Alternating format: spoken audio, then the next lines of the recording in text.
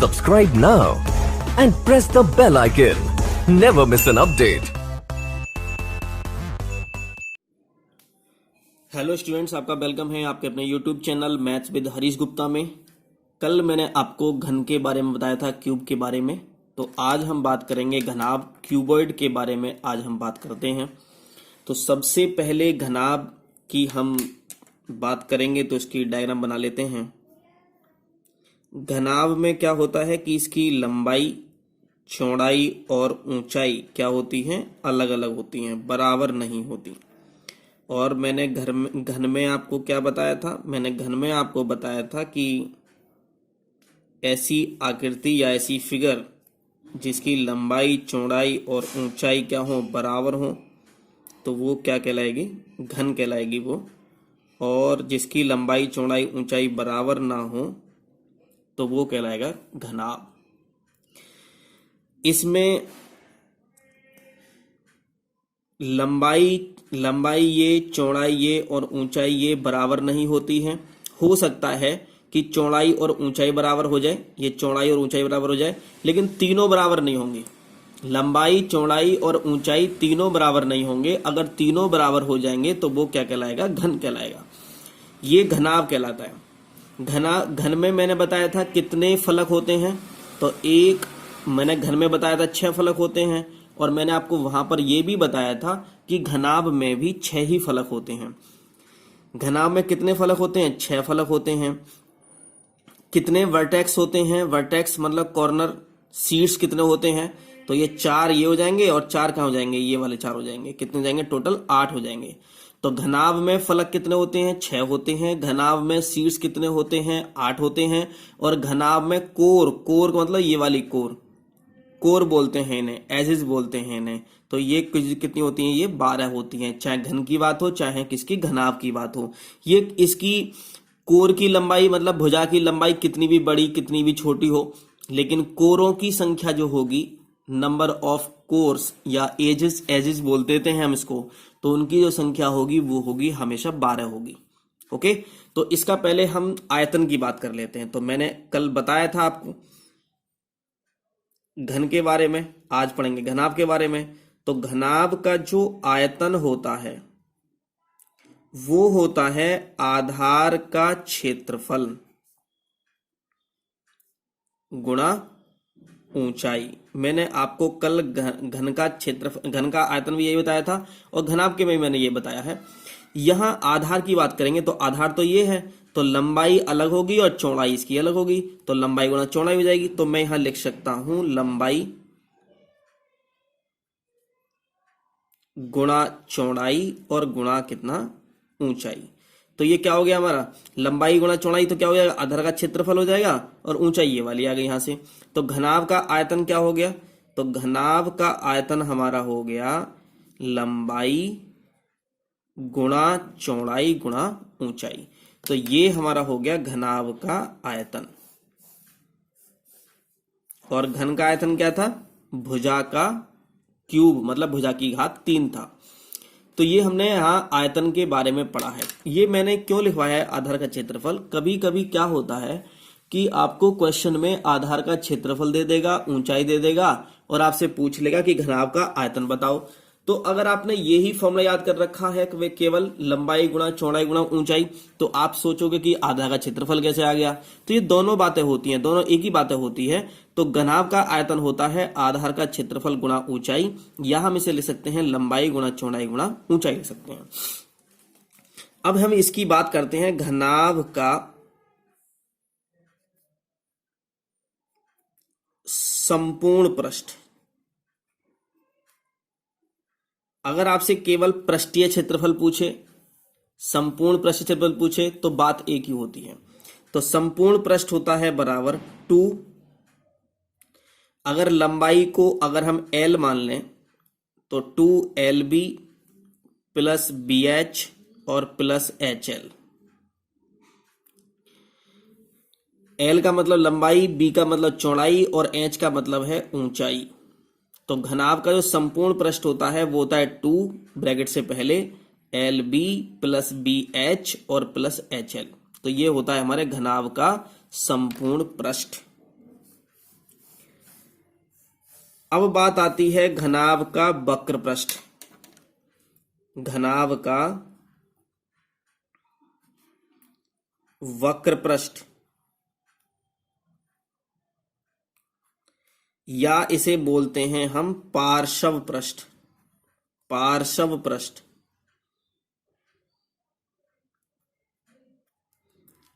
बराबर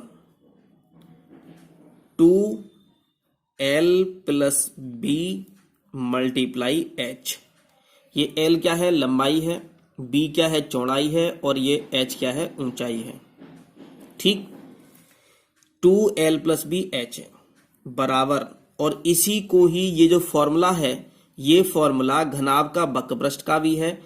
पार्श्व पृष्ठ पूछे तो आपसे तब भी यही फॉर्मूला लगाएंगे, और अगर पूछ ले कमरे की चारों दीवारों का क्षेत्रफल, अगर आपसे पूछे कि कमरे की चारों दीवारों का क्षेत्रफल कितना होगा, तब भी क्या होगा? 2l plus B into H होगा। तो आपसे क्या कहा अभी मैंने? अगर आपसे घनाभ का वक्र पृष्ठ पूछे, पार्श्व पृष्ठ पूछे या कमरे की चारों दीवारों का क्षेत्रफल पूछे, तो आप फॉर्मूला क्या लगाओगे? 2l plus B into H. ये बात आपको समझ में आ गई होगी। अब बात करते हैं आगे, घनाभ के विकर्ण की बात करते हैं। कल भी मैंने आपको बताया था घन के विकर्ण के बारे में, लेकिन आज पढ़ेंगे घनाभ का विकर्ण। तो घनाभ का विकर्ण बराबर होता है अंडर रूट में लंबाई का स्क्वायर मतलब l का स्क्वायर, b का स्क्वायर और h का स्क्वायर। ये कहां कहां यूज होगा? आपसे अगर घनाभ का विकर्ण पूछ लिया सीधे सीधे तो आप फॉर्मूला यही लगा दोगे, लेकिन आपसे अगर पूछा जाए कि कोई घनाभकार कमरा दे रखा है, उसमें लंबी से लंबी छड़, उसमें अधिकतम लंबाई की छड़ कितनी रखी जा सकती है, तो आप क्या करोगे? तो छड़ की लंबाई कैसे निकलेगी? अधिकतम लंबाई की छड़ की लंबाई कैसे निकलेगी? हम घनाभ का क्या निकालेंगे? विकर्ण निकालेंगे, और जो विकर्ण आएगा वही हमारा होगा आंसर। इसको हम इंग्लिश में बोलते हैं कर्व्ड सरफेस एरिया। क्या बोलते हैं? वक्र पृष्ठ या पार्श्व पृष्ठ को बोलते हैं कर्व्ड सरफेस एरिया, और इसे बोलते हैं संपूर्ण पृष्ठ को टोटल सरफेस एरिया। ओके, अब क्वेश्चन पर बात कर लेते हैं आगे। एक क्वेश्चन दे रखा है जो एग्जाम में पूछा। एक क्वेश्चन की बात करते हैं कि उस घनाभ का पृष्ठ ज्ञात कीजिए जिसकी लंबाई 4 मीटर, चौड़ाई 3 मीटर तथा ऊंचाई 4.5 मीटर है। तो यहां कैसे करेंगे हम इसको क्वेश्चन को सॉल्व? तो घनाभ का पृष्ठ पूछा है, लंबाई कितनी? 4 मीटर है, तो l बराबर है 4, चौड़ाई b बराबर है 3 और h बराबर है 4.5। और इसको क्वेश्चन को सॉल्व करने से पहले ये देख लेते हैं कि लंबाई भी मीटर में है, चौड़ाई भी मीटर में है और ऊंचाई भी मीटर में है। ये तीनों के तीनों एक जैसी यूनिट होनी चाहिए इनकी। मीटर है तो मीटर में होने चाहिए तीनों, अगर सेंटीमीटर में तो सेंटीमीटर में होने चाहिए, और अगर ऐसा नहीं है तो हम इसको चेंज कर लेते हैं। तो इन्होंने पूछा पृष्ठ, घनाभ का पृष्ठ पूछा गया है, तो घनाभ का पृष्ठ क्या होता है आपको पता ही है, 2lb plus bh plus hL।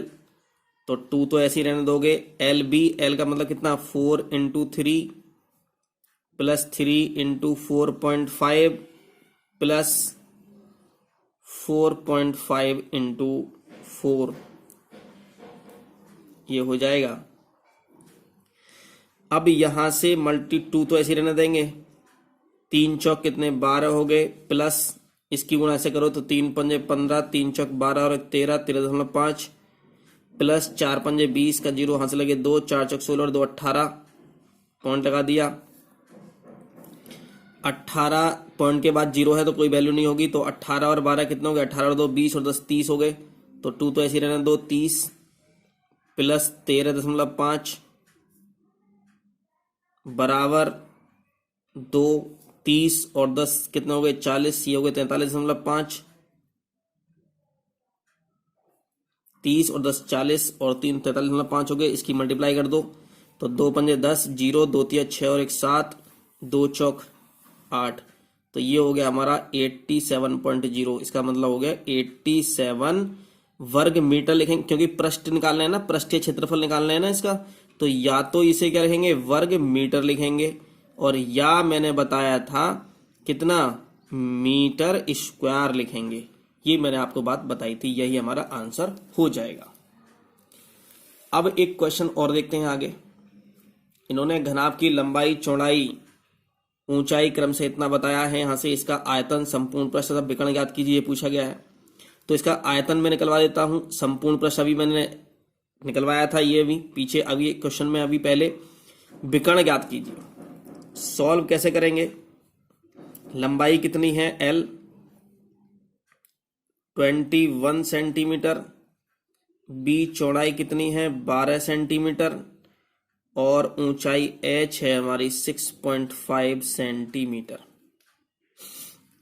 तो हमें क्या करना है, हमें निकालना है, सबसे पहले निकाल लेते हैं आयतन। तो आयतन बराबर क्या होता है, लंबाई गुणा चौड़ाई गुणा ऊंचाई। तो लंबाई कितनी है 21 गुणा 12 गुणा 6.5, इसको गुणा कर लेना, और गुणा करके जो आएगा वो या तो घन मीटर लिख लेना या इसको मीटर क्यूब लिख लेना। तो यही हमारा आंसर हो जाएगा। इतनी तो गुणा कर ही सकते हो आप। आगे पूछा गया है आयतन संपूर्ण पृष्ठ। तो संपूर्ण पृष्ठ मैंने भी निकलवाया है ऊपर। अभी विकर्ण की बात कर लेते हैं यहां से। तो विकर्ण बराबर क्या होता है, विकर्ण बराबर होता है अंडर रूट में L square plus B square plus H square होता है। अभी मैंने बताया था अभी कि घनाभ का विकर्ण किसे कहते हैं। L की वैल्यू कितनी है, L कितना है हमारा 21 का वर्ग है, B कितना 12 का वर्ग है, और H कितना है 6.5 का वर्ग। 21 का वर्ग होता है 441, 12 का वर्ग होता है 144, और 6.5, अरे लास्ट में 5 है ना, तो पहले बिना पॉइंट के निकाल लो वर्ग। तो 5 का वर्ग कितना हो गया 25 हो जाएगा, और 6 की गुणा अगली संख्या से, तो 6 सत्ते कितना 42, तो ये 42 हो जाएगा। एक के बाद पॉइंट, दो के बाद पॉइंट आ जाएगा, क्योंकि आप स्क्वायर कर रहे हो। अब इनको जोड़ोगे आप, तो जोड़ लो इनको, 0.25 तो ऐसे ही आ जाएगा, ये तो 0.25, क्योंकि पॉइंट और में तो है नहीं किसी में। अब 2 और 4 6 और 1 कितना हो जाएगा 7, ये हो जाएगा। 4 और 4 8 और 4 12 का 2 हाथ से लगा 1 हो जाएगा। 1 और 1 कितना 2 2, 1 और 1 कितना 2 और 4 कितना 6, 6 2 7। तो जोड़ के कितना आ गया, ये स्क्वायर रूट चल रहा था तो वर्गमूल लगाएंगे ऊपर, और इसका जब वर्गमूल निकालेंगे तो ये वर्गमूल आ जाएगा हमारा 25.04। अब विकर्ण की बात हुई है, तो विकर्ण की बात हुई है, तो यहां पर आगे लिखेंगे हम सेंटीमीटर। ना हम इसे वर्ग सेंटीमीटर लिखेंगे, ना हम इसे क्या लिखेंगे घन सेंटीमीटर लिखेंगे, केवल सेंटीमीटर लिखेंगे। अब इसका वर्गमूल आपने कैसे निकाला, ये बड़ी समस्या है, कैसे निकलेगा वर्गमूल ये, तो मैं आपको बता देता हूं कि ये वर्गमूल कैसे निकालते हैं।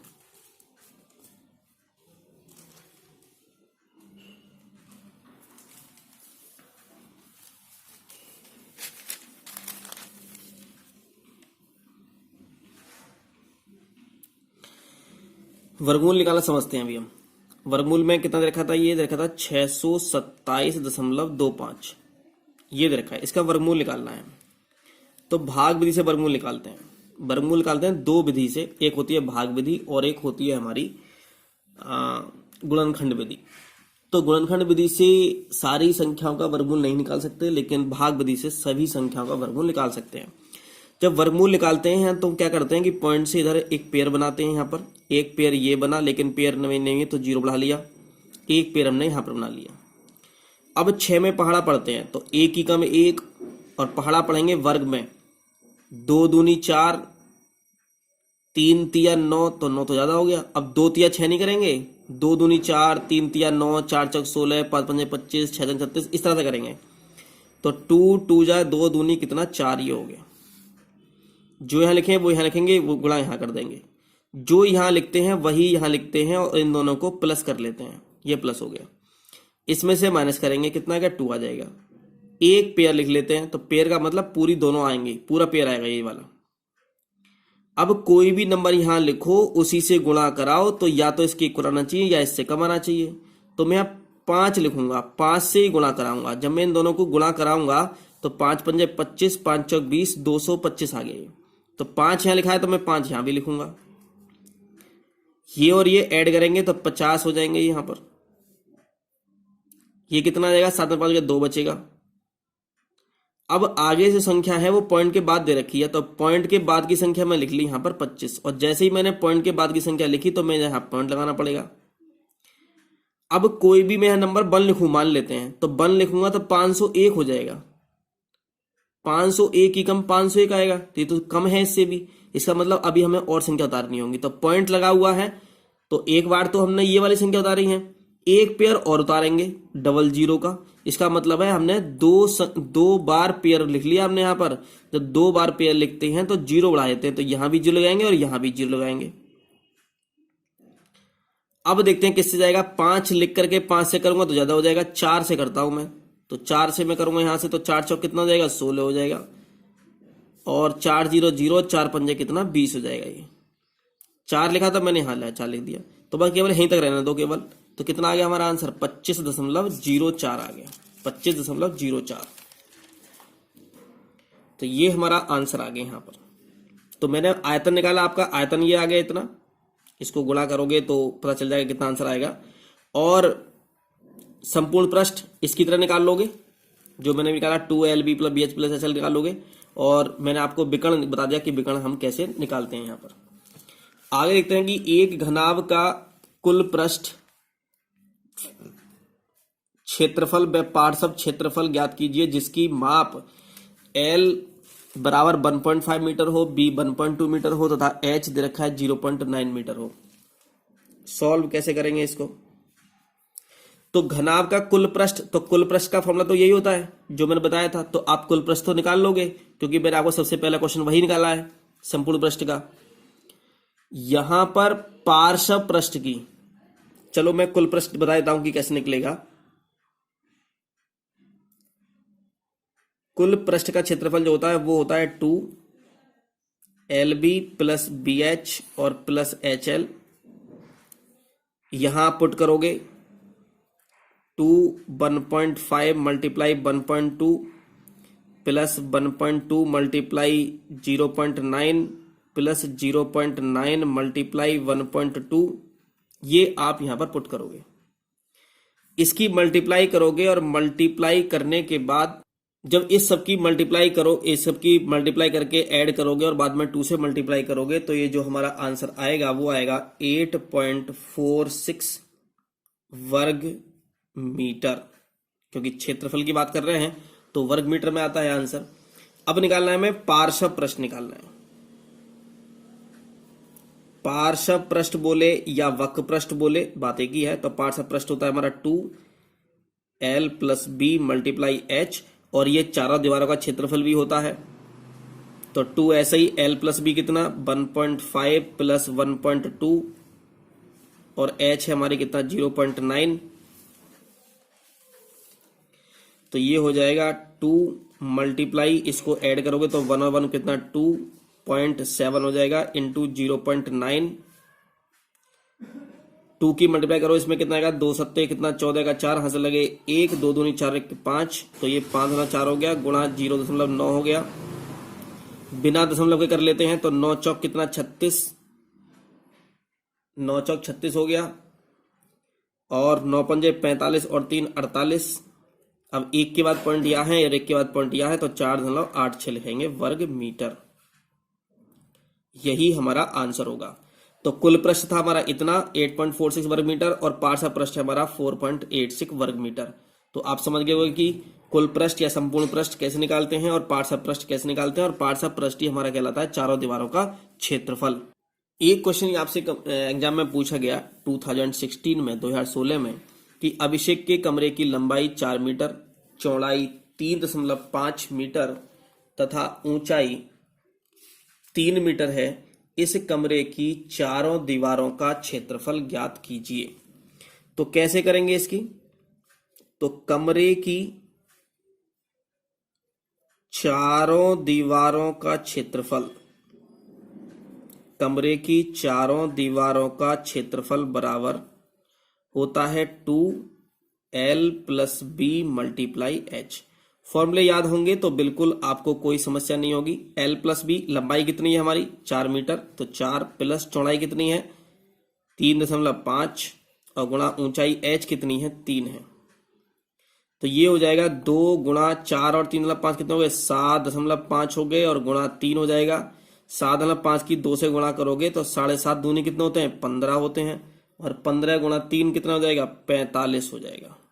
तो हमारा आंसर आ गया 45 वर्ग मीटर, क्योंकि हमने किसकी बात की है क्षेत्रफल की बात की है, तो इसलिए वर्ग मीटर में हमारा आंसर आ जाएगा। अब बात करते हैं नेक्स्ट क्वेश्चन पर। ये 2018 में क्वेश्चन आया हुआ है। 10 सेंटीमीटर भुजा के दो घनों को बराबर सटाकर रखने पर प्राप्त घनाभ का संपूर्ण पृष्ठ ज्ञात कीजिए। अब बहुत ध्यान से समझेंगे। जब हम किन्हीं दो घनों को, मान लीजिए ये है उसका नीचे वाला सिरा, एक सिरा ये वाला है इसका, तो मुझे बताओ ये 10 है ये 10 है, तो इसकी लंबाई कितनी हो गई 20 हो गई इसकी लंबाई। तो जब हम दो घनों को आपस में सटाकर रखते हैं तो केवल उनकी लंबाई पर फर्क पड़ेगा, चौड़ाई तो उतनी रहेगी और ऊंचाई भी इतनी रहेगी। अरे दो डाइस को आप बराबर बराबर रख दोगे तो केवल लंबाई तो बढ़ी, बस केवल चौड़ाई तो इतनी रही और ऊंचाई भी इतनी रही। तो जब हम किसी दो घनों को बराबर बराबर रखते हैं तो उनकी लंबाई बढ़ती है बस केवल। तो यहां लंबाई कितनी हो जाएगी, तो लंबाई हो जाएगी 10 + 10 बराबर कितना 20 सेंटीमीटर। चौड़ाई कितनी हो जाएगी, चौड़ाई तो 10 सेंटीमीटर ही रहेगी इसकी, ठीक है ना। और ऊंचाई कितनी है, तो ऊंचाई भी 10 सेंटीमीटर रहेगी। अगर आपसे कहे कि ये 3 होते, अगर कितने होते ये 3 घन होते, तो हमारी लंबाई कितनी आती 10 + 10 + 10 बराबर 30 सेंटीमीटर हो जाती। चौड़ाई 10 सेंटीमीटर ही रहती और ऊंचाई 10 सेंटीमीटर ही रहती, ठीक है। इन्होंने घनाभ का क्या पूछा गया है, संपूर्ण पृष्ठ पूछा गया है। अब देखो थोड़ा ध्यान से रहा, लंबाई तो 20 मीटर है, चौड़ाई 10 सेंटीमीटर है, ऊंचाई 10 सेंटीमीटर है। ये तीनों क्या हैं, अलग अलग हैं। मान लो ये अगर ये दोनों बराबर भी हैं तो कोई बात नहीं है, अगर ये तीनों बराबर होंगी तब तो ये घन की बात होगी, लेकिन अब तो घन रहा नहीं है, क्योंकि यहाँ 20 है, यहाँ 10 है, यहाँ 10 है, तो घन में तो सारी भुजाएं बराबर होती हैं, लेकिन क्या हो जाएंगे अब ये घनाभ हो जाएगा। अब ये समझ रहे हो ना, तो ये दोनों घन थे, लेकिन जैसे ही इसको सटा कर रखा गया तो ये आकृति क्या बन गई, ये घनाभ बन गई है। क्या बन गई, ये घनाभ आकृति बन गई। तो हम यहाँ घनाभ का फॉर्मूला लगाएंगे, तो संपूर्ण पृष्ठ होता है घनाभ का, संपूर्ण पृष्ठ बराबर होता है 2LB + BH + HL। तो ये हो जाएगा 2LB मतलब 20 × 10, 10 × 10 + 10 × 20, तो ये हो जाएगा 2, तो ये हो जाएगा 20 × 200 प्लस कितना 100 प्लस कितना 200, तो ये हो जाएगा 2 × 200 300 और 200 500, तो ये हो जाएगा हमारा 1000 वर्ग मीटर सेंटीमीटर, सेंटीमीटर 1000 वर्ग सेंटीमीटर हमारा ये आंसर हो जाएगा। अब आगे बात करते हैं। एक क्वेश्चन मैंने और लिया है यहां पर। एक आयताकार कमरे के फर्श का क्षेत्रफल 180 वर्ग मीटर है, यदि उसकी ऊंचाई 4.5 मीटर हो तो उसका आयतन ज्ञात कीजिए। अब जब मैं फॉर्मूला आपको बता रहा था तो मैंने आपको बताया था कि जो आयतन होता है, एक आयताकार कमरा है, एक आयताकार कमरे के फर्श का क्षेत्रफल है। जब आयताकार इन्होंने कमरा कह दिया तो इसका मतलब लंबाई चौड़ाई अलग अलग होंगी, और जब लंबाई चौड़ाई हो गई और ऊंचाई की बात कर रखी है इन्होंने, तो इसका मतलब है वो घनाभ की बात हुई है।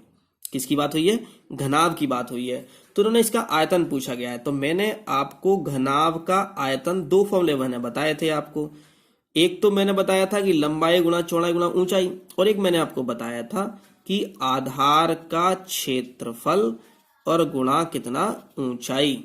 और आधार का क्षेत्रफल कितना है यहाँ पर 180 दे रखा है, और चौड़ाई ऊंचाई कितनी दे रखी है इन्होंने 4.5 दे रखी है। तो आगे यूनिट क्या आएगी इसकी, तो आएगी यूनिट आगे घन मीटर।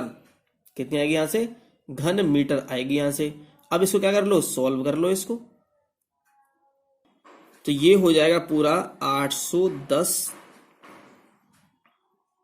घन मीटर। यही हमारा आंसर हो जाएगा। आगे नेक्स्ट क्वेश्चन देखते हैं हम। अब ये क्वेश्चन दे रखा है कि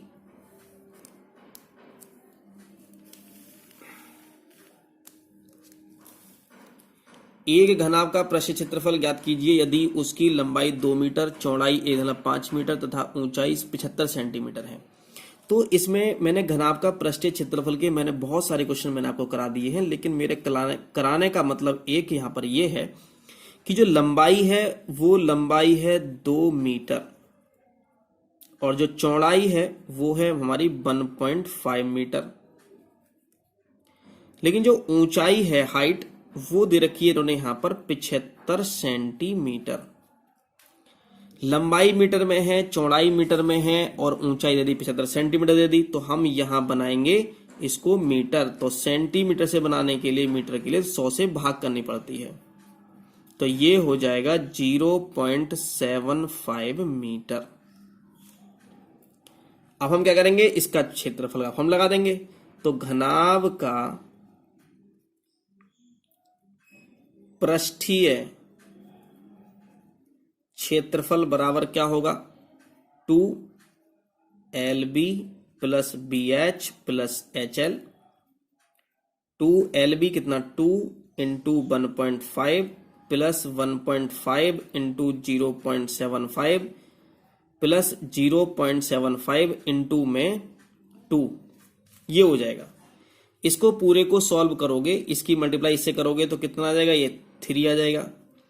इसकी मल्टीप्लाई इससे करोगे, फिर यहां लिखोगे, फिर प्लस में फिर यहां लिखोगे, इन सब की मल्टीप्लाई करोगे और मल्टीप्लाई करके जो आंसर आ जाएगा वो आ जाएगा हमारा 11.25 वर्ग मीटर आंसर। ठीक है, तो आपको ये सॉल्व करना है, खुद से सॉल्व करना है और हमारा आंसर इतना आना चाहिए। ओके, अब अगले क्वेश्चन पर चलते हैं आगे। इन्होंने कहा कि एक वक्ष्य की लंबाई, चौड़ाई और ऊंचाई क्रमशः 120 सेंटीमीटर, 40 सेंटीमीटर और 30 सेंटीमीटर है। इसमें अधिक से अधिक कितनी लंबी छड़ रखी जा सकती है। तो ये कैसे क्वेश्चन होगा, मैंने आपको बताया था कि अधिक से अधिक लंबी छड़, अधिक से अधिक लंबी छड़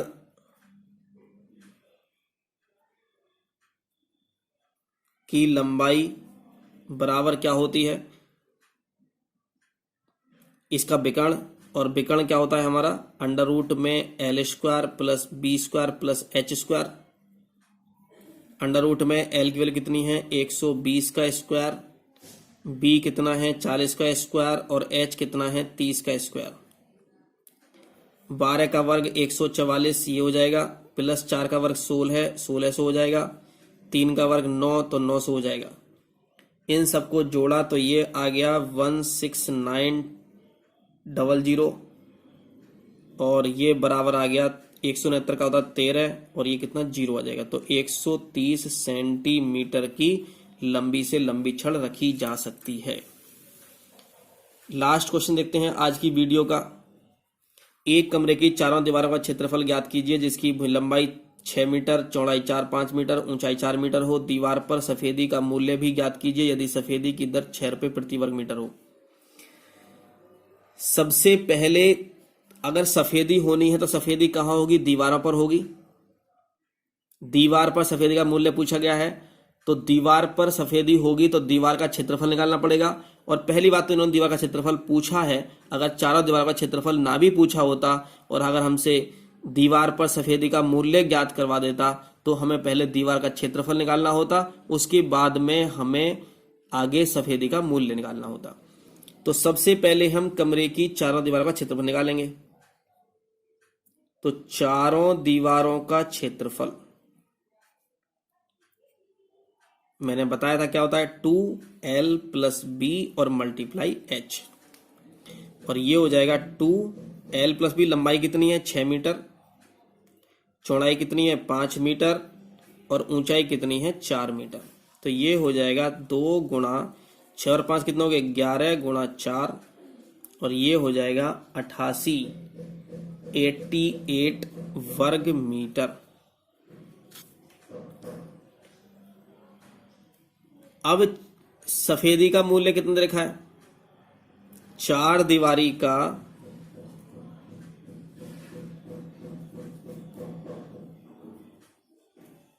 सफेदी का मूल्य बराबर। अब इन्होंने कहा कि 6 रुपए प्रति वर्ग मीटर है और 4 दीवार का 6 रुपए कितने निकल गया, 88 आया। तो क्या कर दो, गुणा कर दो सीधी सीधा, 6 गुणा 88 रुपये। तो ये हो जाएगा 6 अट्ठे 48 का 8 हाथ से लगे 4 और 6 अट्ठे 48 और 4 कितने हो गए, 52। 528 रुपये हमारा आंसर हो गया। तो जब भी कभी आपसे दीवार किसी का मूल्य पूछता है तो सबसे पहले उसका क्या निकालते हैं, हम क्षेत्रफल निकालते हैं और क्षेत्रफल की मल्टीप्लाई कर देते हैं जो रेट हमें दे रखा है। क्या रेट दे रखा है यहाँ पर, 6 रुपए प्रति वर्ग मीटर, इसलिए हमने 6 से क्या कर दिया, यहाँ पर गुणा कर दी गई। तो आज के लिए बस केवल इतना ही, और अगली वीडियो में और क्वेश्चंस हम लेंगे जो क्वेश्चंस आपके एग्जाम में पूछे गए हैं या किसी और टाइप के क्वेश्चंस होंगे तो हम इसे अगली वीडियो में सॉल्व करेंगे। अगर आपको वीडियो अच्छी लगी हो तो इसको लाइक करें, शेयर करें और हमारे चैनल को सब्सक्राइब करें। Thank you for watching.